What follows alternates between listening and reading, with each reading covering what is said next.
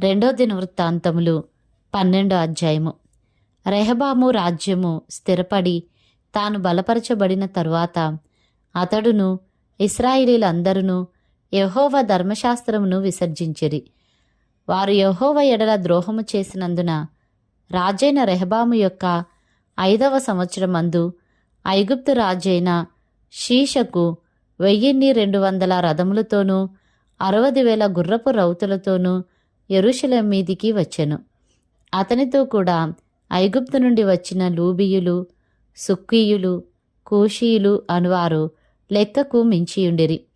అతడు యూదాకు సమీపమైన ప్రాకారపురములను పట్టుకొని యెరూషలేము వరకు రాగా ప్రవక్త అయిన షెమయా రెహబామునొద్దకును షీషకునకును భయపడి యెరూషలేమునకు వచ్చి కూడియున్న యూదావారి అధిపతుల యొద్దకును వచ్చి, మీరు నన్ను విసర్జించితిరి గనుక నేను మిమ్మును షీషకు చేతిలో పడనిచ్చి ఉన్నానని యెహోవా సెలవిచ్చుచున్నాడని చెప్పెను. అప్పుడు ఇశ్రాయేలీయుల అధిపతులను రాజును తమను తాము తగ్గించుకొని యెహోవా న్యాయస్థుడని ఒప్పుకొనిరి. వారు తమను తాము తగ్గించుకొనుట యెహోవా చూచెను గనుక యెహోవా వాక్కు షెమయాకు ప్రత్యక్షమై ఈలాగు సెలవిచ్చెను. వారు తమను తాము తగ్గించుకొనిరి గనుక నేను వారిని నాశనము చేయక షీషకు ద్వారా నా ఉగ్రతను యెరూషలేము మీద కుమ్మరింపక త్వరలోనే వారికి రక్షణ దయచేసేదను. అయితే నన్ను సేవించుటకును భూరాజులకు దాసులై ఉండుటకును ఎంత భేదమున్నదో వారు తెలుసుకున్నట్లు వారు అతనికి దాసులగుదురు. ఐగుప్తు రాజైన షీషకు యెరూషలేము మీదికి వచ్చి యెహోవా మందిరపు బొక్కసములన్నిటినీ రాజనగరులోని బొక్కసములన్నిటినీ దోచుకొని సొలొమోను చేయించిన బంగారపు డాళ్లను తీసుకుని పోయెను.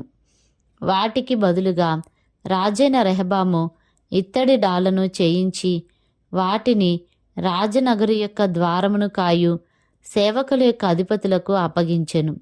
రాజు యెహోవా మందిరంలోనికి ప్రవేశించినప్పుడల్లా నగరు సేవకులు వచ్చి వాటిని ఎత్తి తరువాత వాటిని మరలా గదిలో ఉంచుచూ వచ్చిరి.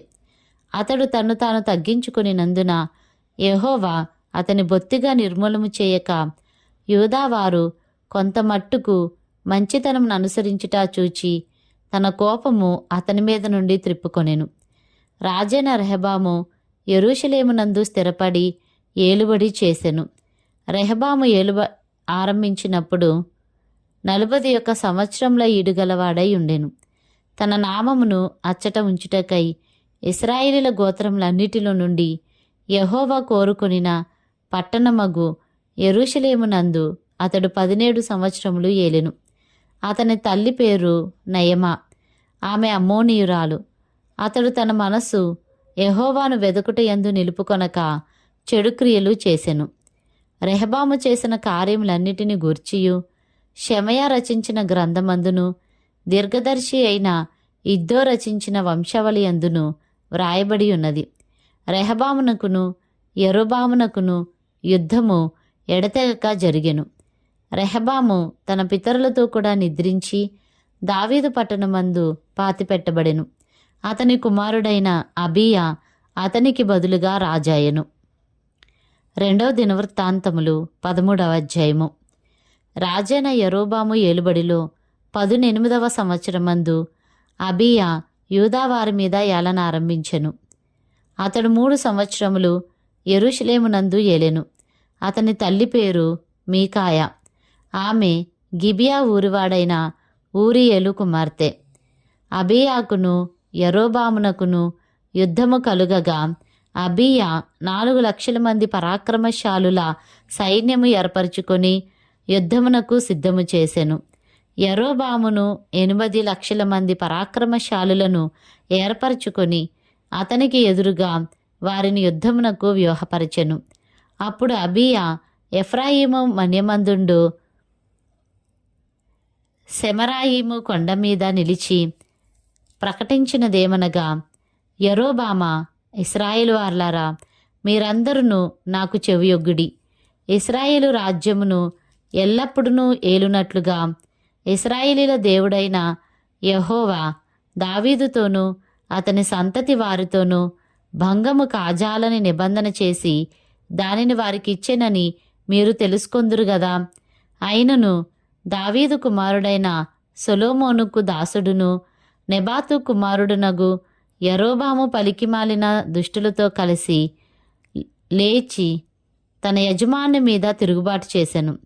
సొలొమోను కుమారుడైన రెహబాము ఇంకనూ బాల్యదశలో నుండి ధైర్యము లేనివాడై వారిని ఎదిరించుటకు తగిన శక్తి లేకున్నప్పుడు వారు అతనితో యుద్ధము చేయుటకు సిద్ధమైరి. ఇప్పుడు దావీదు సంతతి వారి వశంనున్న యెహోవా రాజ్యముతో మీరు యుద్ధము చేయ తెగించెదమని తలంచుచున్నారు. మీరు గొప్ప సైన్యముగా ఉన్నారు. యరొబాము మీకు దేవతలుగా చేయించిన బంగారు దూడలను మీ యొద్ద ఉన్నవి. మీరు అహరోను సంతతి వారైన యెహోవా యాజకులను లేవీలను త్రోసివేసి అన్యదేశముల జనులను చేయునట్లు మీ కొరకు యాజకులను నియమించుకొంటిరి గదా. ఒక కోడెతోనూ 7 గొర్రె పొట్టేళ్లతోనూ తన్ను ప్రతిష్ఠించుటకై వచ్చు ప్రతివాడు దైవములు కాని వాటికి యాజకుడగుచున్నాడు. అయితే యెహోవా మాకు దేవుడై ఉన్నాడు, మేము ఆయనను విసర్జించిన వారము కాము. అహరోను సంతతి వారు యెహోవాకు సేవ చేయి యాజకులై ఉన్నారు. లేవీయులు చేయవలసిన పనులను లేవీలే చేయుచున్నారు. వారు ఉదయాస్తమయముల యందు యెహోవాకు దహన బలులు అర్పించుచు సుగంధ ద్రవ్యములతో ధూపం వేయుచు పవిత్రమైన బల్ల మీద సన్నిధి రొట్టెలు ఉంచుచు బంగారు దీపస్తంభమును ప్రమిదెలను ప్రతి సాయంత్రము ముట్టించుచు వచ్చుచున్నారు.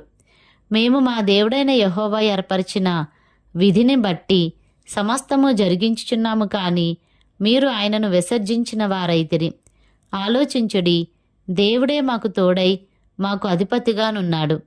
మీ మీద ఆర్భాటము చేయుటకై బూరలు పట్టుకొని ఊదునట్టి ఆయన యాజకులు మా పక్షమున ఉన్నారు. ఇశ్రాయేలు వారలారా, మీ పితరుల దేవుడైన యెహోవాతో యుద్ధము చేయకుడి, చేసినను మీరు జయమొందరు. యరొబాము వారి వెనుకటి భాగమందు మాటుగాండ్రను కొందరిని ఉంచి సైన్యము యూదా వారికి ముందును మాటుగాండ్ర వారికి వెనుకను ఉండునట్లు చేసెను. యూదావారు తిరిగి చూచి యోధులు తమకు ముందును వెనుకను ఉన్నట్లు తెలుసుకొని యెహోవాకు ప్రార్థన చేసిరి. యాజకులను బూరలు ఊదిరి. అప్పుడు యూదావారు ఆర్భటించిరి. యూదావారు ఆర్భటించినప్పుడు యరొబామును ఇశ్రాయేలు వారందరూ అబీయా ఎదుటను యూదావారి ఎదుటను నిలువలేకుండునట్లు దేవుడు వారిని మొత్తినందున ఇశ్రాయేలు వారు యూదావారి ఎదుట నుండి పారిపోయిరి. దేవుడు వారిని యూదావారి చేతికి అప్పగించినందున అబీయాయును అతని జనులను వారిని ఘోరంగా సంహరించిరి. ఇశ్రాయేలు వారిలో 5 లక్షల మంది పరాక్రమశాలులు హతులేరి. ఈ ప్రకారము ఇశ్రాయేలు వారు ఆ కాలమందు తగ్గింపబడిరి గాని యూదావారు తమ పితరుల దేవుడైన యెహోవాను ఆశ్రయించిన హేతువు చేత జయముందిరి. అబీయా యరొబామును తరిమి బేతేలును దాని గ్రామములను, ఏషానాను దాని గ్రామములను, ఎఫ్రోనును దాని గ్రామములను పట్టుకొనెను. అబీయా బ్రతికిన కాలమున యరొబాము మరలా బలము పొందలేదు. యెహోవా అతని మొత్తినందుచేత అతడు మరణమొందెను. అబీయా వృద్ధి నొందెను. అతడు 14 మంది భార్యలను వివాహము చేసుకొని 22 కుమారులను 14 కుమార్తెలను కనెను.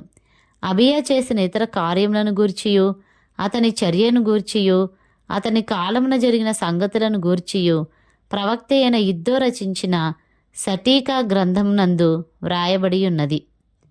2వ దినవృత్తాంతములు 14వ అధ్యాయము. అబీయా తన పితరులతో కూడా నిద్రింపగా జనులు అతనిని దావీదు పట్టణమందు పాతిపెట్టిరి. అతనికి బదులుగా అతని కుమారుడైన ఆసా రాజాయెను. ఇతని దినములలో దేశము 10 సంవత్సరములు నెమ్మది పొందెను.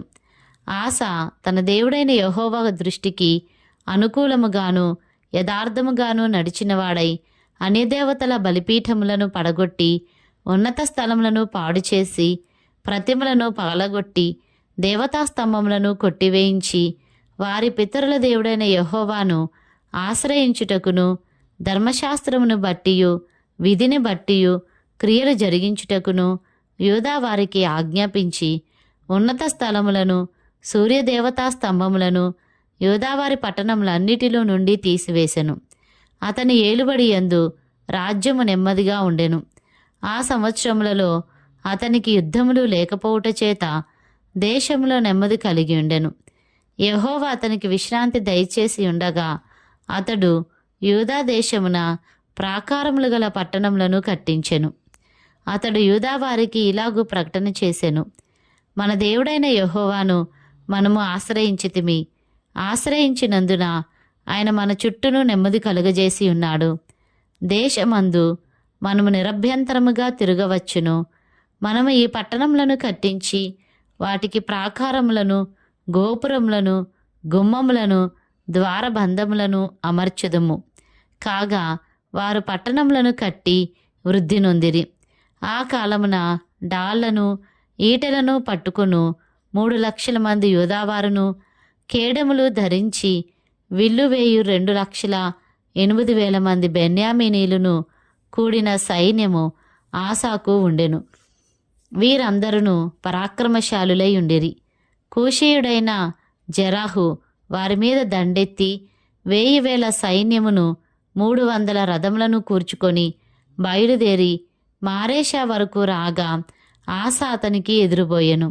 వారు మారేషా నొద్ద జెపాతాను పల్లపు స్థలమందు పంక్తులు తీర్చి యుద్ధము కలుపగా ఆసా తన దేవుడైన యెహోవాకు మొరపెట్టి, యెహోవా, విస్తారమైన సైన్యము చేతిలో ఓడిపోకుండా బలం లేని వారికి సహాయము చేయుటకు నీకన్నా ఎవరునూ లేరు. మా దేవా యెహోవా, మాకు సహాయము చేయుము. నిన్నే నమ్ముకొని ఉన్నాను. నీ నామమును బట్టియే ఈ సైన్యమును ఎదిరించుటకు బయలుదేరి ఉన్నాము. యెహోవా, నీవే మా దేవుడవు. నరమాత్రులను మీపైని జయమునొందనియ్యకుము అని ప్రార్థింపగా యెహోవా ఆ కూషీలను ఆసా ఎదుటను యూదావారి ఎదుటను నిలువనీయక వారిని మొత్తినందున వారు పారిపోయిరి. ఆసాయును అతనితో కూడనున్న వారును గెరారు వరకు వారిని తరుమగా కూషీయులు మరలా పంక్తులు తీర్చలేక పారిపోయిరి. యూదావారు విశేషమైన కొల్ల సొమ్ము పట్టుకొనిరి. గెరారు చుట్టూనున్న పట్టణములలోని వారందరి మీదికి యెహోవా భయము వచ్చెను గనుక ఆ పట్టణములన్నిటినీ కొల్లపెట్టి వాటిలోనున్న మిక్కుటమైన కొల్ల సొమ్మంతయు దోచుకొనిరి. మరియు వారు పశుల శాలలను పడగొట్టి విస్తారమైన గొర్రెలను, ఒంటెలను సమకూర్చుకొని యెరూషలేమునకు తిరిగి వచ్చిరి. 2వ దినవృత్తాంతములు 15వ అధ్యాయము.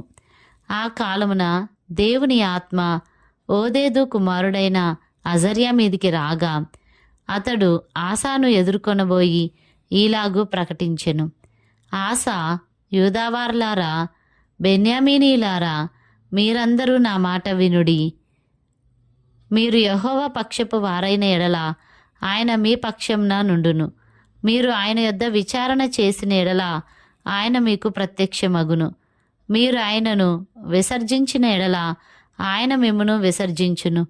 నిజమైన దేవుడైనను ఉపదేశము చేయు యాజకులైనను ధర్మశాస్త్రమైనను చాలా దినములు ఇశ్రాయేలీయులకు లేకుండా పోవును. తమ శ్రమయందు వారు ఇశ్రాయేలీయుల దేవుడైన యెహోవా యొద్దకు మల్లుకొని ఆయనను వెదికినప్పుడు ఆయన వారికి ప్రత్యక్షమాయెను. ఆ కాలములలో దేశముల కాపురస్తులందరిలోనూ గొప్ప కల్లోలములు కలిగెను గనుక తమ పనిపాటలను చక్కపెట్టుకొనుటకై తిరుగువారికి సమాధానము లేకుండెను. దేవుడు జనములను సకల విధములైన బాధలతో శ్రమపరిచెను గనుక జనము జనమును, పట్టణము పట్టణమును పాడు చేసెను. కాగా మీరు బలహీనులు కాక ధైర్యము వహించుడి, మీ కార్యము సఫలమగును.